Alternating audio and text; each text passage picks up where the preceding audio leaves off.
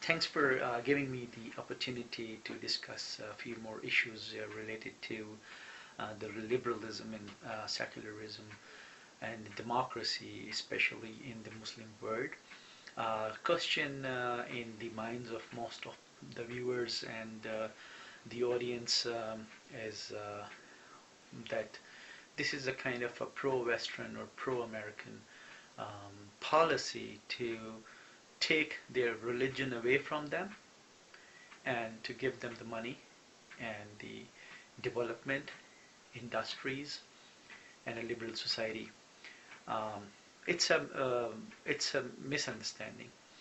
Um, if we go back and look back into history, so many places where the Westerns went to, like the British, the French, people from North America or Europe or Australia, where they have gone, they have developed the infrastructure, they have brought the technology, they have built the roads, the buildings, the bridges, they have brought the high-tech electronics, mechanical and electrical technologies, space technologies.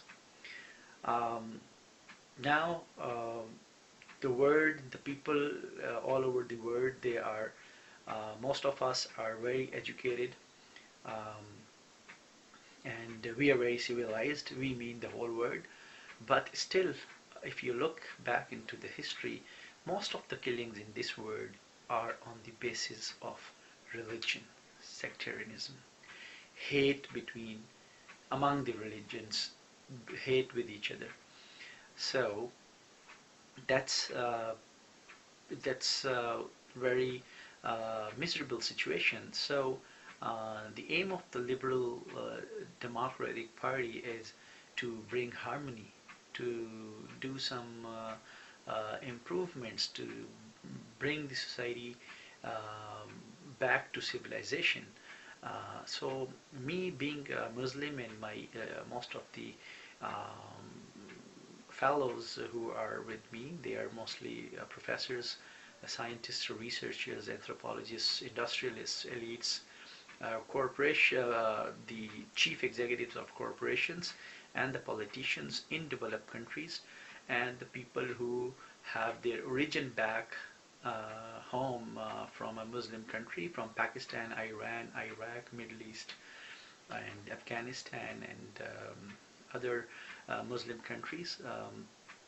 Those who were raised, who were educated in US, Europe, or any other part of North America and or Australia in the Western world.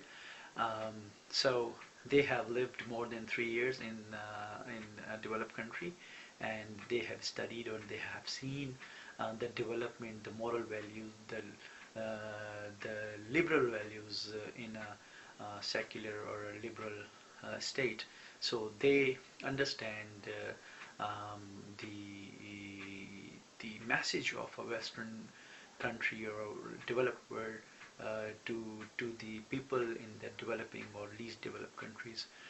So this is the idea behind the formation of forming a liberal society. Of course, we will be having support from the people in the US, Canada, Australia, England, France, Germany. They will be supporting us to bring democracy in the Muslim world, and there should be a check and balance that with the democracy, what we are getting out of it. Of course, we are looking for a free society, a liberal society, where we have a freedom of speech, women's rights, and no domestic violence, and freedom of speech and freedom of religion and freedom of doing religious activities as well. So I think in a liberal society you have more protection for your rights, for your religious rights, for your social rights. And as the time goes by, you will see a change, and the people will start realizing in the Muslim countries that yes, the development, whether it's an educational development, health development in their health facilities, or development in their way of living and standard of living as well. We will be introducing a welfare state as it's nowadays it's a slogan, where you will be having a free health, free education, and free free justice in the courts. You will be having free advocates to advocate your case.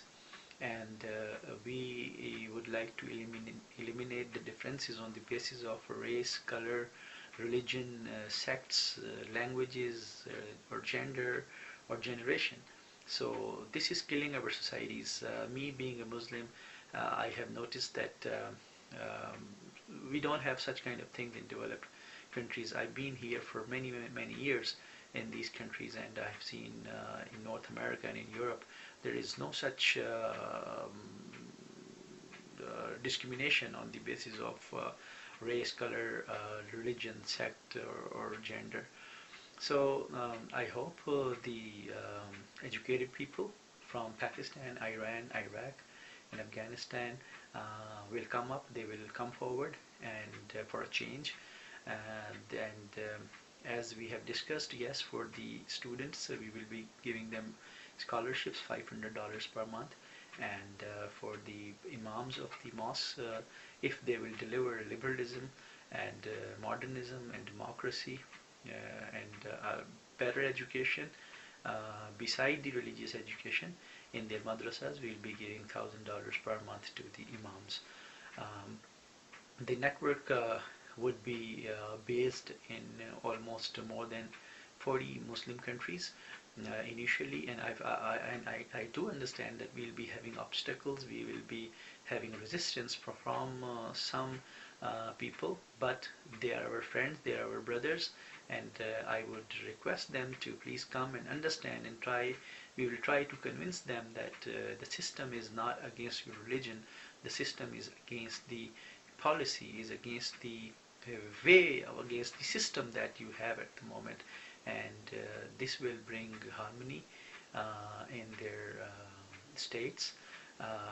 One more thing, that most of the elites, the industrialists, the rich people, and the poor people, that we usually talk about a difference. So the elite or the industrialists or the landowners in those countries, they must be thinking, okay, something is coming for the middle class, and middle class is maybe thinking something is coming for the rich people. They are both right, because the system we will be introducing is going to be for both, for the elite class, for the rich, and for the poor. They'll be together.